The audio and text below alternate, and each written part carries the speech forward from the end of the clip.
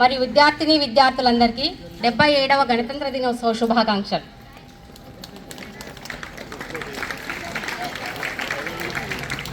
ఎందుకు జరుపుకుంటున్నాం ఈరోజు గణతంత్రాన్ని? దాదాపు 200 సంవత్సరాలు బ్రిటిష్ వాళ్ళ చేతిలో ఉండేసి మన దేశ వనరులన్నీ బ్రిటిష్ వాళ్ళు దోచుకోవడం జరిగింది. నిరుపేద దేశంగా మార్చి వెళ్ళిపోయారు కాబట్టి ఒక వ్యవస్థ అనేది మన దేశానికి ఉండాల్సిన అవసరం ఉంది. కాబట్టి ఎలాంటి వ్యవస్థని రూపొందించుకోవాలి, మరి ఎవరు పరిపాలించాలి, పాలకుల విధి విధానాలు ఏంటి, ప్రజలకు ఎలాంటి హక్కులు ఉండాలి, ఎలాంటి బాధ్యతలు ఉండాలి అనే ఆ విధి విధానాల సంపుటి మొత్తమే మన రాజ్యాంగం రూపంలో రాసుకోవడం అనేది జరిగింది. అయితే రాజ్యాంగం అనేది అతిపెద్ద లిఖిత రాజ్యాంగం అండి. దాదాపు 299 మంది నిష్ణాతులు రాజ్యాంగాన్ని రాసుకోవడానికి కూడా ఒక మంచి నిష్ణాతుల బృందాన్ని ఏర్పాటు చేసుకోవడం జరిగింది. ఎవరు పడితే వారు రాజ్యాంగాన్ని రాయలేదు. అలాంటి నిష్ణాతులను ఒక రాజ్యాంగ సభను ఎన్నుకొని దాదాపు 299 మంది. ఆ రోజుల్లో మన భారతదేశము సంస్థానాలుగా రాష్ట్రాలుగా విభజించబడి ఉండేది. దాంట్లో నుంచి కీలకమైన వ్యక్తులను రాజ్యాంగాన్ని తయారు చేసుకోవడానికి మనము ఎన్నుకోవడం జరిగింది. అందులో నుంచి ఒక 7గురిని స్పెషల్గా తీసేసి రాజ్యాంగ రచనా కమిటీని ఏర్పాటు చేయడం జరిగింది. దానికి డాక్టర్ బిఆర్ అంబేద్కర్ గారు.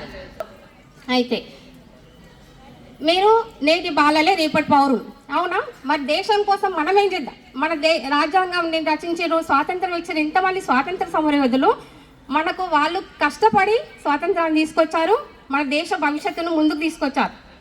మరి వాళ్ళ బాటలో మనం నడవాలంటే మనం దేశం కోసం ఏం చేద్దాం? మరి ఏం చేస్తారు దేశం కోసం? మీరందరైతే చదువుకోవాలి, ఇంకా మీరు సక్రమంగా నిర్వహిస్తే చాలు. నేటి బాలలే రేపటి పౌరులు కాబట్టి మీ బాధ్యత ఏంటి? మనకు మెయిన్గా రాజ్యాంగం ఏమిచ్చింది? హక్కులు బాధ్యతలు ఇచ్చింది. మనం ఓన్లీ ఆ టాపిక్ తీసుకొని మాట్లాడుకుందాం.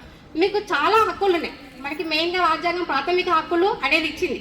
ఆ ప్రాథమిక హక్కులు కాకుండా వేరే హక్కులు చాలా ఉన్నాయి. హక్కులు అనుభవిస్తున్నాం మనం, కానీ మన బాధ్యత ఏది? మీరు సపోజ్ మన స్కూల్ని అనుభవించే హక్కు మీకుంది, మరి దాన్ని కాపాడాల్సిన బాధ్యత మీకుందా? ఉందా? మరి స్కూల్ని ఎవరు పాడు చేయొద్దు. ట్యాప్స్ కొడతా ఉంటారు, పైన రాయలు వేసి ఇసురు కొడతా ఉంటారు. అది మీ బాధ్యతనే కాదా మరి? అవునా? మన బాధ్యత ఏంటి?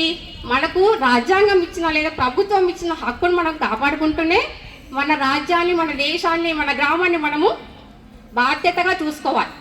మీరు ఇంటి నుంచి స్కూల్ నుంచి ఇంటికి వెళ్తా ఉన్నారు, అక్కడ ట్యాప్ ఓపెన్ ఉంది, వాటర్ వేస్ట్గా పోతుంది. మీ బాధ్యత ఏంటి అప్పుడు? ట్యాప్ ఆఫ్ చేయాలి.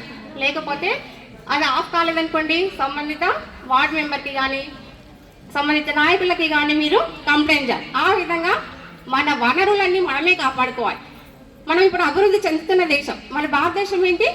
అభివృద్ధి చెందుతున్న దేశం. మరి ఎలాంటి అభివృద్ధి ఉంది? అది సుస్థిరమైన అభివృద్ధిగా లేదు. మనం అభివృద్ధి చెందుతున్నాం కానీ మన వనరులన్నీ మనం నాశనం చేసుకుంటూ అభివృద్ధి చెందుతున్నాం. అలా కాకుండా మీరు నేటి బాలలు రేపటి పౌరులైనాక అభివృద్ధి ఒక సుస్థిరమైనదిగా ఉండాలి. మనం పొల్యూట్ చేస్తున్నాం, మన డెవలప్మెంట్ కోసం మనము ఏం చేస్తున్నాము? వాతావరణం మొత్తం పొల్యూట్ చేస్తున్నాం. అలాంటి పొల్యూట్ కాకుండా అంటే అభివృద్ధి ఎలా ఉండాలి? ఒకవైపు అభివృద్ధిగా ఉండాలి, ఇంకోవైపు సురక్షితమైన అభివృద్ధిగా ఉండాలి. అప్పుడు మాత్రమే మనము ఒక మంచి అభివృద్ధి పథంలోకి వెళ్ళగలుగుతాం. మీ బాధ్యత ఏంటి? తర్వాత ఇప్పుడు మంచిగా చదువుకోండి. ఫస్ట్ అయితే మీ విద్యలో ఇప్పుడు ఏంటి అంటే ప్రతి సెక్టార్లో కూడా ఫస్ట్ వ్యవసాయ రంగంలో చూసుకుంటే టెక్నాలజీ వచ్చేసింది. నెక్స్ట్ పారిశ్రమల్లో చూసుకుంటే టెక్నాలజీ వచ్చింది. ఒక 100 మంది చేసే పని ఒక మెషిన్ చేసేస్తుంది. అలా కాకుండా ఇప్పుడు మీకు ముందు ఉపాధి దొరికే అవకాశాలు చాలా తక్కువ. You are the job creators. మీరే జాబ్ని క్రియేట్ చేసుకునే పరిస్థితి వచ్చే ముందుంది. కాబట్టి మీరు మీ స్కిల్స్ని డెవలప్ చేసుకోవాలి ఫస్ట్ అయితే. అప్పుడు మాత్రమే ఒక మంచి పౌరుడిగా, ఒక మంచి బాధ్యతాయుత పౌరుడిగా ఎదగగలుగుతాం. ఓకేనా? దానికోసం ఫస్ట్ ఏం చేయాలి? మీరు డిసిప్లిన్గా మీ ఎడ్యుకేషన్ పూర్తి చేసుకొని మీ అంతటా మీరే జాబ్ను క్రియేట్ చేసుకునే ఒక మంచి ఎత్తుకి ఎదగగలగాలి. ఓకే? పెద్దలందరికీ కృతజ్ఞతలు.